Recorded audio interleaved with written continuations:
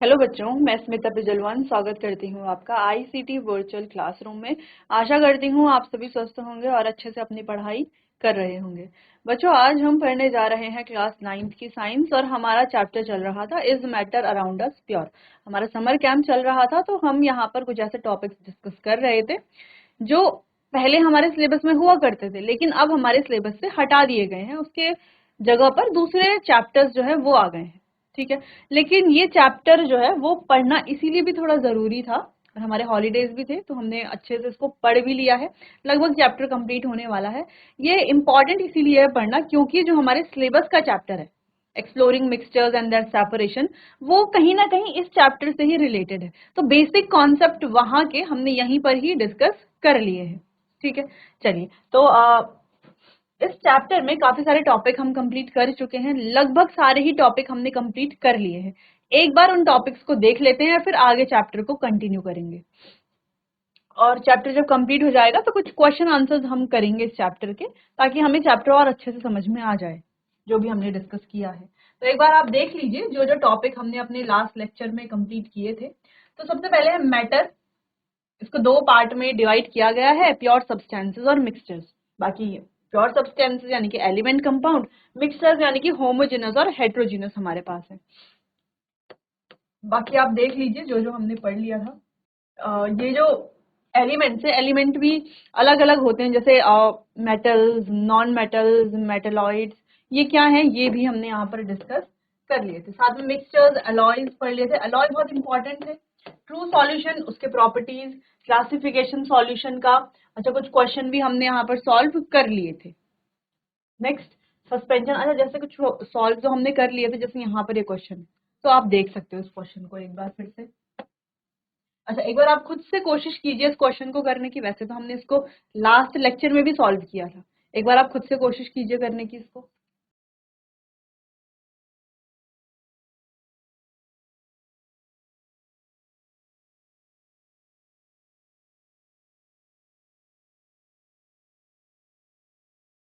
चलिए तो सॉल्व कर लेते हैं इस क्वेश्चन को। बहुत इजी, देखो 60 ग्राम शुगर और 480 ग्राम वाटर। तो शुगर क्या है हमारा यहाँ पर सॉल्यूट, क्योंकि कम मात्रा में सॉल्यूट क्या होता है जिसकी मात्रा हमेशा कम होती है, तो कम मात्रा को इस तरीके से भी हम शो करते हैं। और सॉल्वेंट जिसकी मात्रा ज्यादा होती है, इस तरीके से भी हम सॉल्वेंट को शो करते हैं। ठीक है, ये दोनों मिला करके क्या बनाते हैं, मिला करके बनाते हैं सॉल्यूशन। तो हम कह सकते हैं क्या, सॉल्यूशन होगा 480 प्लस 60।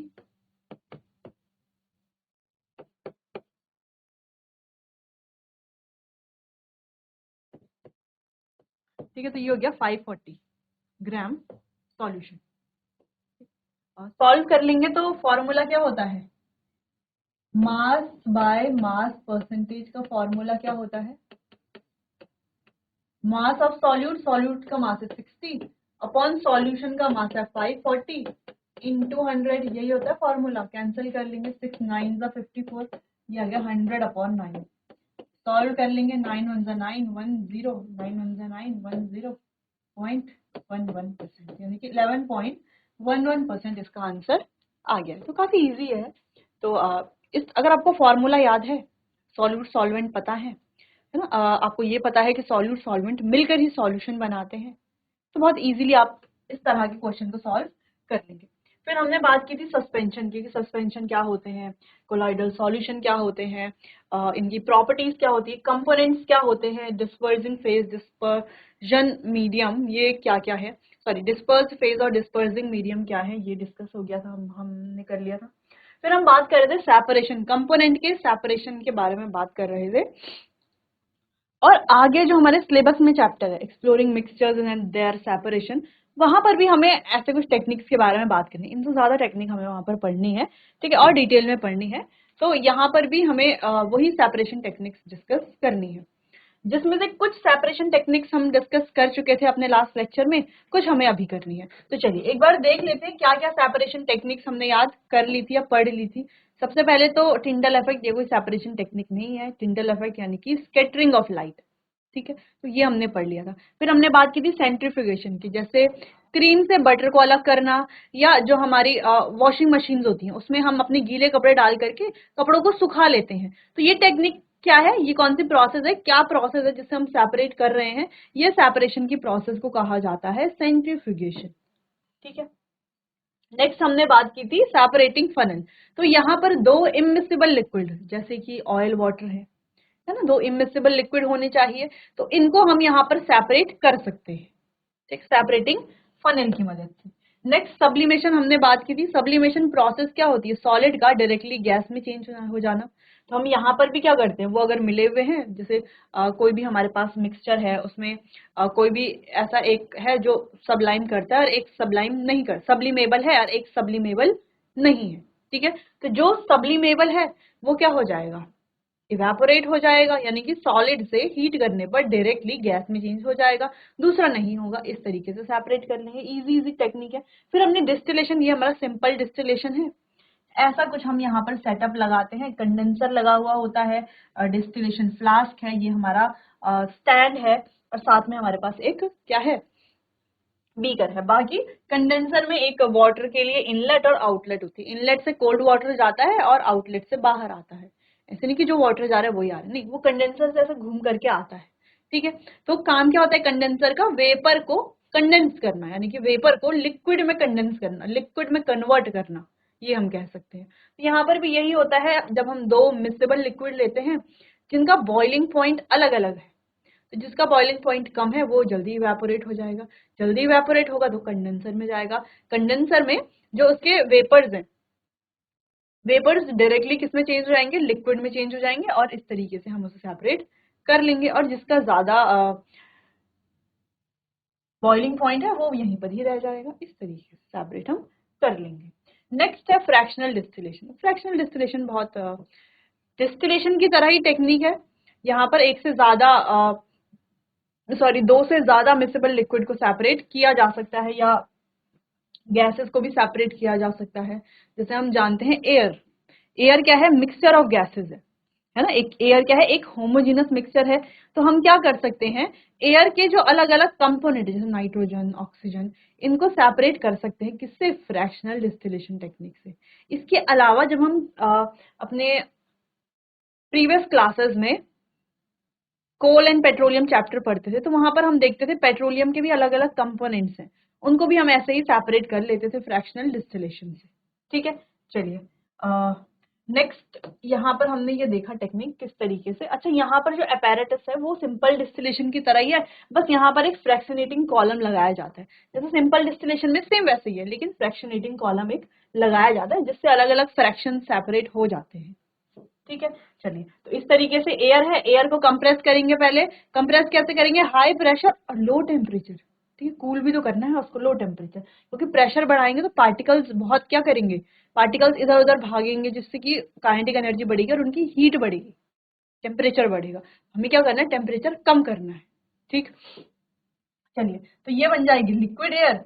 फिर इसे हम डाल देंगे फ्रैक्शनल डिस्टिलेशन जो हमारे पास है उसमें डाल देंगे, उसको स्लोली स्लोली वार्म करेंगे, और ये क्या होगा, फ्रैक्शनल डिस्टिलेशन में स्लोली स्लोली वार्म हम इसे करेंगे। गैसेस क्या होंगी, अलग अलग हाइट पे धीरे धीरे सेपरेट हो जाएंगी। ठीक है, जैसे हम यहाँ पर देख सकते हैं ऑक्सीजन, आर्गन, नाइट्रोजन कैसे अलग अलग सेपरेट हो रही हैं अलग अलग हाइट पर। तो इस तरीके से हमारे पास है ये टेक्निक जिससे हम गैसेस को सेपरेट करते हैं। ठीक है, तो ये है एयर इनपुट, ये under high pressure cold compressed air यहाँ से जाएगी, वाटर जाएगा, वाटर आएगा बाहर, यानी कि कोल्ड वाटर जाएगा, वाटर बाहर आएगा, इनलेट और आउटलेट। ठीक है, लिक्विड एयर इनलेट, फिर इस तरीके से nitrogen gas out, oxygen gas, liquid oxygen out. इस तरीके से हम यहाँ पर इनको क्या कर सकते हैं, सेपरेट कर सकते हैं। बाकी लास्ट लेक्चर में डिस्कस हमने इसको कर लिया था। ठीक है, अब हमें पढ़ना है क्रोमेटोग्राफी। ठीक है, अब क्रोमेटोग्राफी आप हायर क्लासेस में बहुत डिटेल में पढ़ेंगे, लेकिन यहाँ पर भी हम इसको थोड़ा अच्छे से समझ लेंगे। तो क्रोमेटोग्राफी भी क्या है, एक सेपरेशन टेक्निक है। क्या किया जाता है, separation of component of a mixture is known as chromatography. ये एक ऐसी प्रोसेस है जहां पर जो अलग अलग कंपोनेंट है किसी मिक्सचर में, उनका सेपरेशन किया जाएगा। जैसे डाई है, ठीक है, जो भी हमारे पास डाइज होते हैं, तो डाई में अलग अलग कलर होते हैं, तो उन कलर को सेपरेट करना, ठीक है, या जो नेचुरल कलर है उसमें अलग अलग पिगमेंट होते हैं, या ब्लड है, ब्लड में भी अलग अलग चीजें होती है, तो उनको सेपरेट करना। ठीक है, या हम कहें जो ड्रग्स हैं, ड्रग्स को ब्लड से सेपरेट करना, तो ये सभी क्रोमेटोग्राफी में हम करते हैं। Chroma in Greek means colour, तो क्रोमा का ग्रीक मीनिंग है कलर। ठीक है, तो इसके एप्लीकेशंस क्या क्या है, कहाँ कहाँ अप्लाई होती है, जैसे हमने सेंट्रीफ्यूगेशन टेक्निक देखी थी, वो वॉशिंग मशीन में भी अप्लाई हो रही थी, वो बटर को अलग करने के लिए भी अप्लाई हो रही थी ऐसे अप्लाई, क्रीम से बटर को अलग करना, या वॉशिंग मशीन में जो वेट क्लोथ्स हैं उनको ड्राई करने के लिए, उनसे वाटर स्क्वीज आउट करने के लिए भी हो रही थी यूज। तो वैसे ही हमें क्रोमेटोग्राफी के एप्लीकेशन भी देखने हैं कि अप्लाई हम कहाँ कहाँ पर कर सकते हैं। तो क्या है, सबसे पहले separate colours in a dye, तो डाई से कलर को सेपरेट करना, अलग अलग कलर होंगे वो सेपरेट करना। Separate pigment from natural colour, दूसरा है नेचुरल कलर से पिगमेंट को सेपरेट करना। तीसरा है ड्रग्स फ्रॉम ब्लड, ब्लड से ड्रग्स को सेपरेट करना। इसके अलावा और भी कई चीजें, जैसे हम इंक की बात करते हैं, जो हमारे पेन में जो इंक होती है उसमें भी अलग अलग कंपोनेंट्स होती है, तो उनको भी सेपरेट करना। ठीक है, जो इंक है उसमें अलग अलग कंपोनेंट होते हैं, तो उसको भी सेपरेट किया जाता है। अब ये जो क्रोमेटोग्राफी है ये अलग अलग तरह की होती है ना, और पेपर क्रोमेटोग्राफी, एचपीएलसी, अलग अलग तरह की क्रोमेटोग्राफीज होती हैं। ठीक है, चलिए, तो फिलहाल इतना आप नोट कीजिए, फिर आगे बढ़ते हैं।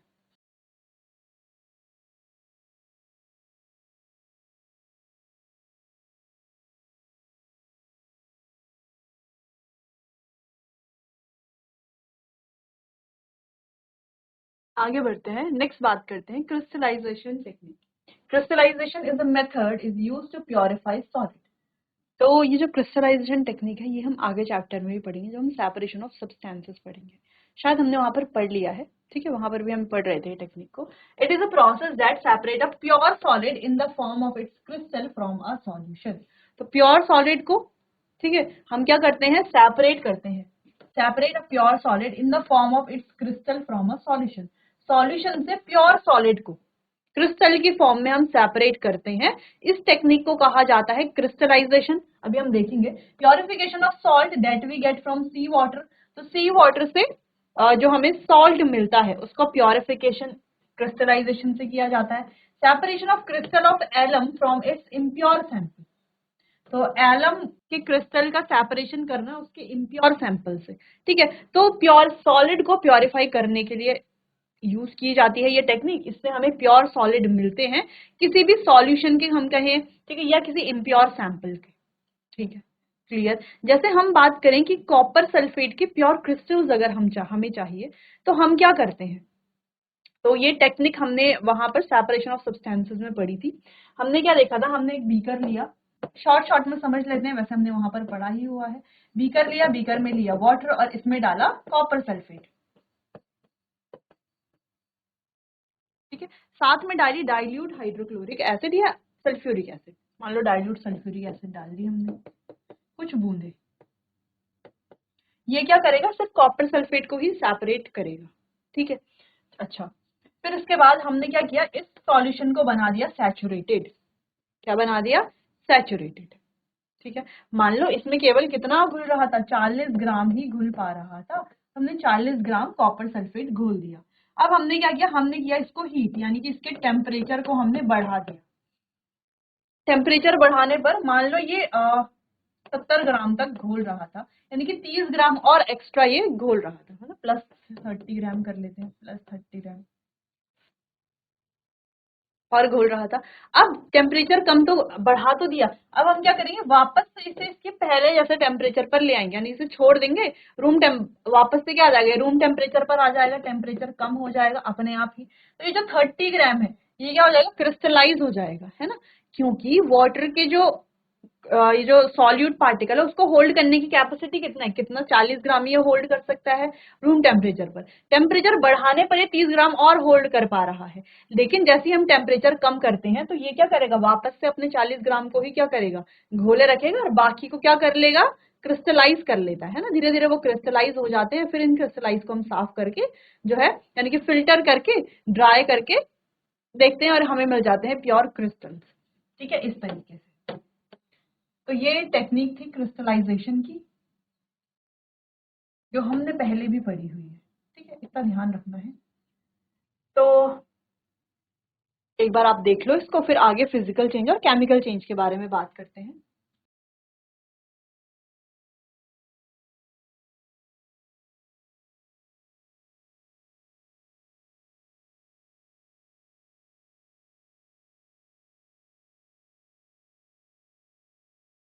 चलिए आगे बढ़ते हैं, बात करते हैं फिजिकल चेंज और केमिकल चेंज की। अब फिजिकल चेंज क्या है और केमिकल चेंज क्या है, कैसे हम समझेंगे। जैसे हम अपने आसपास कई तरह के चेंजेस देखते आ रहे हैं, है ना, देखते ही हैं और आगे भी देखेंगे। तो ये जो अलग अलग चेंजेस हैं जिसे हम अपने आसपास देख रहे हैं, उनमें से कुछ चेंजेस फिजिकल चेंजेस होते हैं और कुछ changes chemical changes. Chemical changes को केमिकल रिएक्शंस भी कहा जाता है। ठीक है, तो कहीं पर केमिकल रिएक्शन लिखा हो तो आप केमिकल चेंज भी बोल सकते हो, क्योंकि रिएक्शन हो रही है यानी कि चेंज हो रहा है। ठीक है, जैसे हम कहें कि मैग्नीशियम रिबन का जलना क्या है, एक केमिकल चेंज है, लेकिन एक केमिकल रिएक्शन भी तो हो रही है वहां पर। ठीक है, तो ऐसा हम कह सकते हैं। बाकी अगर आपको डिफरेंशिएट करना है फिजिकल चेंज में और केमिकल चेंज में, तो कैसे हम करेंगे, देखो एक सिंपल सा एग्जांपल देख लेते हैं। जैसे ये है हमारे पास वाटर। ठीक है, वाटर को हमने यहाँ पर दी हीट और वाटर को करा बॉयल। वाटर क्या बन गया, वेपर बन गया। ठीक, तो ये कैसा चेंज है, यानी कि पानी से जल वाष्प बनाना, जल से जल वाष्प बन रही है, तो ये किस तरह का चेंज आपको लग रहा है। तो क्या ये एक फिजिकल चेंज है या केमिकल चेंज है, कैसे आप पहचानेंगे। देखो वाटर से वाटर वेपर बन रही है, लेकिन वाटर अभी भी है, वाटर अभी भी है। इसको कंडेंस करके यानी कि ठंडा करके हम वापस इससे वाटर बना सकते हैं, बिल्कुल बना सकते हैं। ठीक है, तो क्या हो रहा, क्या यहाँ पर कोई इसका जो केमिकल कंपोजिशन था, रासायनिक संरचना थी, या इसके कंपोजिशन में कोई चेंज आया, नहीं आया। कोई नई चीज यहाँ पर बनी, नहीं बनी, अभी भी वाटर था, पहले भी वाटर था और अभी भी वाटर में ही तो क्या हुए, इसके वेपर्स बने। फिर वेपर बनने के बाद डायरेक्ट इसे हम वापस वाटर में चेंज कर सकते हैं कंडेंस करके, है ना, टेम्परेचर कम करके कंडेंस करके हम इसको वाटर वाटर में चेंज कर सकते हैं।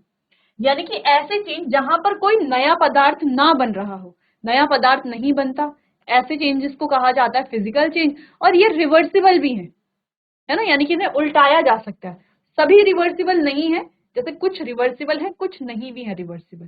ठीक है, तो ऐसा नहीं कि कोई चेंज इरिवर्सिबल है और आप कह रहे हैं नहीं ये तो फिजिकल चेंज है, ये फिजिकल चेंज नहीं है, तो ऐसा नहीं है। कुछ रिवर्सिबल है, कुछ इरिवर्सिबल भी, अधिकतर वैसे इरिवर्सिबल हैं, बहुत कम ऐसे होंगे, या हो सकता है काफी ज्यादा भी हो, लेकिन बहुत ज्यादा नहीं, बहुत ज्यादा क्या है, इरिवर्सिबल ही है। ठीक है, तो ऐसे चेंजेस को कहा जाता है फिजिकल चेंज। जैसे हम कहें हमारे पास है ये सेब, सेब है, सेब को हमने बीच से काटा, तो सेब के क्या हो गए, दो टुकड़े हो गए, इस तरीके से हो गए। तो क्या ये कैसा चेंज है, क्या हम सेब को वापस जुड़ा करके पहले जैसा कर सकते हैं, नहीं कर सकते। तो क्या ये केमिकल चेंज है, बिल्कुल भी नहीं। क्यों, क्योंकि अभी हमने जो सेब काटा, ये सेब तो अभी भी वही है ना, कोई केमिकली चेंज तो इसमें आया नहीं, कोई केमिकल चेंज इसमें आया नहीं, है ना, कोई नया पदार्थ तो बना नहीं। ऐसा नहीं कि सेब को काटा हमने और सेब काट करके मैंगो बन गया, ऐसा तो नहीं हुआ, है ना। तो इस प्रकार के चेंजेस को कहा जाता है फिजिकल चेंज। तो हम अपने डेली लाइफ में ये चेंजेस देखते हैं, जैसे हम किसी रबर बैंड को स्ट्रेच कर दें, वो एक फिजिकल चेंज है। वाटर को बॉईल कर लें, वो भी एक फिजिकल चेंज है।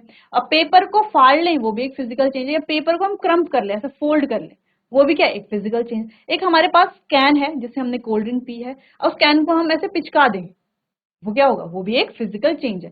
चेंज हो रहा है, लेकिन कैसा चेंज है, केवल केवल भौतिक परिवर्तन है।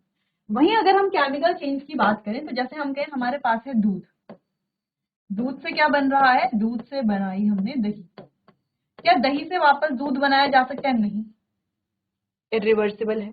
लेकिन दूध से तो दही बन गई। ठीक है, तो क्या दूध अलग है और दही अलग है, हाँ दोनों बिल्कुल अलग अलग है ना। ऐसा नहीं कि दूध से ही मतलब जब दही बनी है तो दही भी दूध जैसी ही है, जैसे हम वाटर बॉईल कर रहे थे तो वाटर ही है, या हम सेब काट रहे थे तो सेब ही है, नहीं, दूध अलग चीज हो गई, दही बिल्कुल अलग चीज है। या हम कहें कि लकड़ी हमने जलाई, लकड़ी को हमने ऑक्सीजन दिया, ऑक्सीजन के प्रेजेंस में लकड़ी जलाई, और जब हमने लकड़ी जलाई तो हमें क्या मिली, राख मिली। तो लकड़ी अलग है और राख अलग है, तो कोई नई चीज यहाँ पर बन रही है, उसे क्या कहा जाएगा, केमिकल चेंज। जैसे खाने का पकना, जैसे हम कहते हैं कि सब्जियां पहले कच्ची थी, जब हमने उन्हें पका लिया, तो वो कैसा चेंज है, वो एक केमिकल चेंज है। जैसे हम यहाँ पर एक चीज समझ सकते हैं, मान लो ये हमारे पास एक आलू है, या आलू, या मान लो ये हमारे पास कोई क्या है, ये हमारे पास एक अनियन है, ठीक है, क्या है, अनियन है। अब इस अनियन को हमने छोटे छोटे पीसेस में ऐसे काट लिया, इस अनियन को ऐसे काट लिया, फिर इस अनियन को हमने कुक कर लिया, पका लिया, ठीक है। अब देखो अनियन को हमने छोटे टुकड़ों में काट लिया, ये भी एक चेंज है, और काट करके पका लिया, ये भी एक चेंज है। लेकिन अनियन को जब हमने छोटे छोटे टुकड़ों में काटा तो ये कैसा चेंज है, ये एक फिजिकल चेंज है, क्योंकि अनियन ही तो है जैसा पहले था, लेकिन है तो अभी भी अनियन वही ना। तो ये कैसा चेंज है, ये एक पीसी यानी कि फिजिकल चेंज है।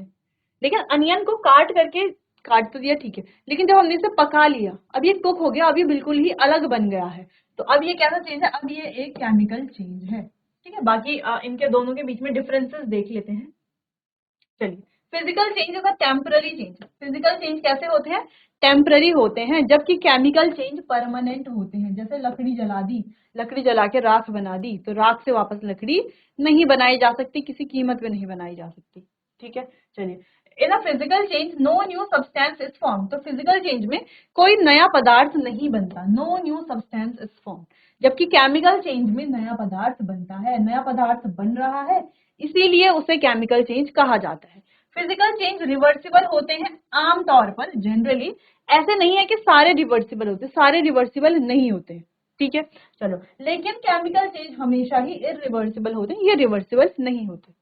चलिए, तो फिजिकल चेंज के बारे में बात करें। Physical change, the composition of a substance remains the same despite it's molecule being rearrange. तो यहाँ पर कंपोजिशन हमेशा सेम रहती है, हो सकता है कि वो रीअरेंज हो जाए, लेकिन कंपोजिशन हमेशा सेम रहेगी। जबकि केमिकल चेंज में molecular composition of the substance is changed entirely. Chemical change में मॉलिक्यूलर कंपोजिशन जो है सब्सटेंस की, वो पूरी चेंज हो जाती है। फिजिकल चेंज की बात करें तो जैसे हम कह सकते हैं boiling of water, stretching of rubber, cutting of Apple. वैसे ही केमिकल चेंज में हम कहें रस्टिंग ऑफ आयरन, ठीक है, making of curd from milk, ये हो सकता है example. Burning of magnesium ribbon, ये भी क्या है, सभी एग्जाम्पल केमिकल चेंजेस के ही हैं, ठीक। चलिए, नोट कीजिए इतना।